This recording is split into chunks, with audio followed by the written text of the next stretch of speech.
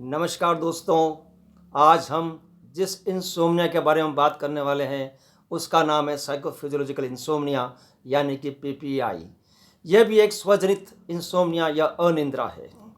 जब व्यक्ति को नींद नहीं आती है तो लगातार कई रातों को वो इसी सोच में सोया रहता है, सोते सोते सोचता रहता है कि मुझे नींद क्यों नहीं आ रही है, मुझे नींद तो अब तो आ जानी चाहिए, इतना समय हो गया है, मुझे नींद क्यों नहीं आ रही है, मुझे नींद आनी चाहिए, नींद आनी चाहिए, नींद आनी चाहिए।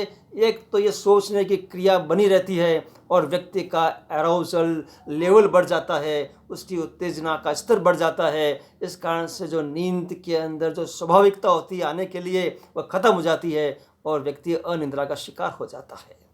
जब उसको नींद नहीं आती है तो ही ट्राई हार्ड टू स्लीप, वह भरपूर कोशिश करता है नींद लेने की।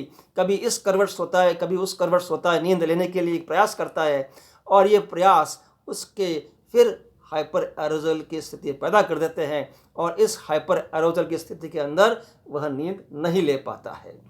तीसरी स्थिति ये होती है कि उसके अंदर रूमिनेशंस होते हैं, विचारों की श्रृंखलाएँ होती है। दिन भर जिनसे मिला है, दिन भर जहाँ पर काम कर रहा है, वहाँ बॉस ने उसको क्या कहा, उसको क्या टारगेट दिया, उसके कलीग ने उसको क्या कहा, उसने ऐसा कैसे कह दिया, कल टारगेट कैसे पूरा करना है, कल बॉस को क्या जवाब देना है, अपने कलीग से क्या बात करनी है। सारी प्लानिंग सोते ही चालू कर देता है और ऐसा लगता है कि दुनिया भर की समस्याओं का सॉल्यूशन और समस्याओं का हल वह रात को ही निकाल लेगा, लेकिन उसे ऐसा नहीं करना चाहिए। यदि ऐसा करेगा तो उसकी एरोजल लेवल आगे बढ़ती रहेगी और वो अनिद्रा का शिकार बन जाएगा। चौथा कारण होता है मसल टेंशन। वह व्यक्ति एंजाइटी और तनाव के साथ सोता है तो उसके अंदर जो मसल टेंशन होता है, जो मांसपेशियों में तनाव होता है, वो उसे नींद नहीं लेने देता है।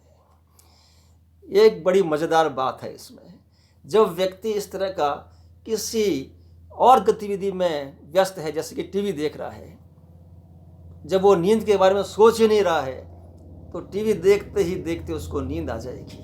अर्थात वह अनिद्रा का शिकार नहीं है, अनिद्रा वो खुद पैदा कर रहा है। ऐसा व्यक्ति जब किसी मनोचिकित्सक के पास में जाता है और वो अपनी स्लीप लेबोरेटरी में मनोचिकित्सक उसका जांच करता है या उसकी जांच करता है और जांच करते समय जैसे कि ईईजी है या पोलीसोमनोग्राफी है या ब्रेन मैपिंग, जो भी वो जांच करते हैं मनोचिकित्सक, तो जांच के समय ही पेशेंट नींद ले लेता है। इसका भी अर्थ यह है कि वह अनिद्रा का शिकार अपने लक्षणों से बना है, खुद के कारण बना है। तो ये सारे जो स्वजनित चीज़ें हैं जिस कारण वह अनिद्रा का शिकार बनता है। लेकिन इन सब का इलाज है और वो भी बिना दवाई के। जी हाँ, बिना दवाई के। और इसमें 3 चीज़ें बताई गई है लिटरेचर के अंदर और 3 तरीके बताए गए हैं। पहला है स्टिमुलस कंट्रोल थेरेपी, दूसरा है ब्रीदिंग एक्सरसाइज और तीसरा है progressive muscle relaxation. Stimulus control therapy में पहला स्टेप क्या है?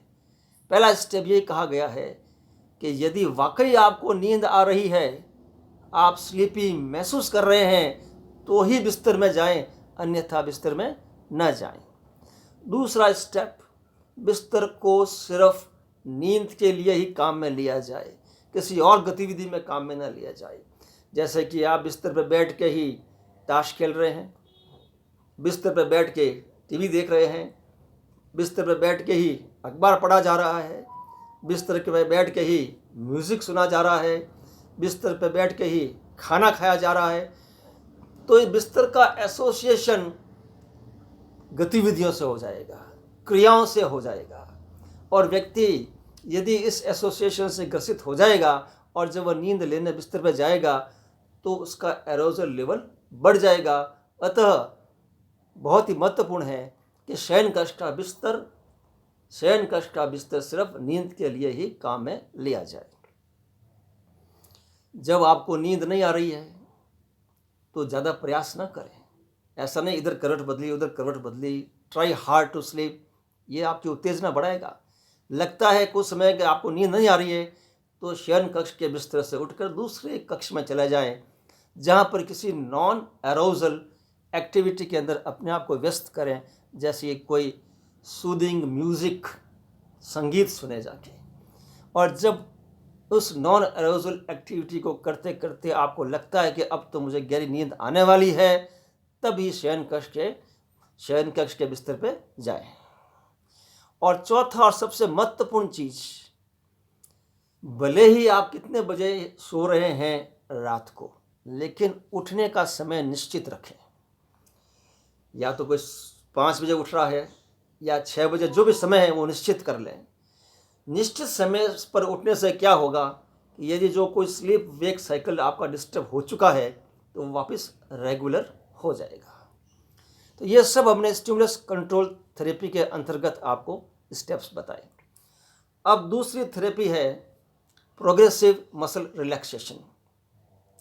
प्रोग्रेसिव मसल रिलैक्सेशन सर से लेके पांव तक की जो मांसपेशियों के ग्रुप्स हैं उनको बारी बारी से कॉन्ट्रैक्ट करवा के उसको रिलैक्स करवाया जाता है, और व्यक्ति को ये महसूस करवाया जाता है कि तनाव में आप क्या महसूस कर रहे हैं, और जब रिलैक्स रहते हैं तो आप क्या महसूस कर रहे हैं, और रिलैक्सेशन का एहसास क्या होता है, उसकी महत्ता क्या होती है, वो उसको महसूस कराया जाता है। और उसको तरीका बताया जाता है कि आप कैसे रिलैक्स रह सकते हैं और मसल टेंशन के साथ में बिस्तर में जाने की आवश्यकता नहीं है। इसके अंतर्गत मसल ग्रुप्स जो होते हैं, जैसे कि हेड और नेक का मसल ग्रुप, हाथों का मसल ग्रुप, ट्रंक का, चेस्ट और एब्डोमेन का मसल ग्रुप, और पाँवों का मसल ग्रुप, इनको बारी बारी से प्रोग्रेसिवली कॉन्ट्रैक्ट और रिलैक्स कराया जाता है। सबसे पहले हेड और ट्रंक की जो मसल ग्रुप्स है उसको 5 सेकंड के लिए टेंस करवाया जाता है, कॉन्ट्रैक्ट करवाया जाता है या बिछा जाता है, और उसके बाद में 20 सेकंड तक उसको रिलैक्स किया जाता है। उसी तरह से शोल्डर्स और आर्म, इनकी जो मसल्स है इनको 5 सेकंड तक टेंस किया जाता है और उसके बाद 20 सेकंड तक उसको रिलैक्स करवाया जाता है। उसी तरह से एब्डोमेन और चेस्ट के जो मसल्स है, पेट और छाती की मसल्स है, उनको 5 सेकंड तक कॉन्ट्रैक्ट करवाया जाता है और फिर 20 सेकंड तक रिलैक्स करवाया जाता है।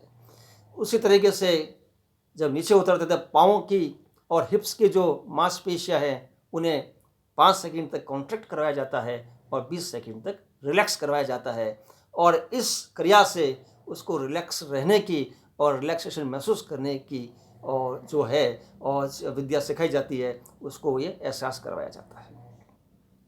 प्रोग्रेसिव मसल रिलैक्सेशन के बाद में तीसरी जो क्रिया हम करते हैं वह है ब्रीदिंग एक्सरसाइजेस। ब्रीदिंग एक्सरसाइज के अंतर्गत सांस अंदर लेते हैं इनहेल और सांस बाहर छोड़ते हैं एक्सहेल। सांस भले हम नाक से लें या मुंह से लें, जो भी कंफर्टेबल हो। फर्स्ट स्टेप के अंदर हम सांस इनहेल करते हैं और एक्सहेल करते हैं। उसके बाद में उसको ये बताया जाता है कि एब्डोमिनल एक्सरसाइज कैसे की जाती है। दूसरे स्टेप में उसको बताया जाता है एब्डोमिनल एक्सरसाइज कैसे करें। एब्डोमिनल एक्सरसाइज मतलब जब सांस अंदर लें तो पेट बाहर आए, और जब सांस छोड़ें तो पेट अंदर जाए। जब वह इस एब्डोमिनल एक्सरसाइज में पारंगत हो जाता है तो उससे तीसरे स्टेप में कहते हैं अब इसको पॉज दो, सोचो कि आपकी जो ब्रीदिंग पैटर्न्स है, जो आप सांस ले रहे हैं, वो स्मूथ है या नहीं है। तो वो तीसरे स्टेप में जब सोचता है कि हाँ स्मूथ है, तब चौथे स्टेप में उसे कहा जाता है कि सांस लेने में सबसे ज़्यादा कंफर्ट कहाँ महसूस कर रहे हो। अपने नाक में जो सांस जा रही है, मुंह से सांस जा रही है, उस क्षेत्र को में आप कंफर्टेबल महसूस कर रहे हो। अपने विंड पाइप जहाँ सांस जा रही है वहाँ कंफर्टेबल महसूस कर रहे हो, या जो चेस्ट है वहाँ पर अपने आप को कंफर्टेबल महसूस कर रहे हो। तो एरिया ऑफ कंफर्ट के ऊपर कहा जाता है कि सांस लेते समय एरिया ऑफ कंफर्ट पे आप फोकस करें। तो उस स्टेप के अंदर उसको फोकस करता है, और जब उसको फोकस करना सीख जाता है तब उसके अंदर लास्ट स्टेज में कहा जाता है कि वह अपने आप को फ्लोटिंग करता हुआ इमेजिन करे, यानी कि लहरों पर फ्लोट करता हुआ विजुअल इमेजिनेशन करें। अपने अंदर एक विजुअल इमेजिनेशन करें कि वह व्यक्ति लहरों पर फ्लोट कर रहा है, सांस के साथ जैसे अंदर आती है बाहर निकलती है, अंदर आती है बाहर निकलती है, वैसे अपने आप को वातावरण में फ्लोट कर रहा है, और वो फ्लोट करते करते करते करते निंद्रा देवी के गोद में सो रहा है। इस तरीके से स्वजनित निंद्रा जो नहीं आ रही है, स्वजनित जो अनिद्रा है, उसको हम ठीक कर सकते हैं। बिना दवाई के भी उसको ठीक कर सकते हैं। धन्यवाद। सुनने के लिए बहुत बहुत धन्यवाद।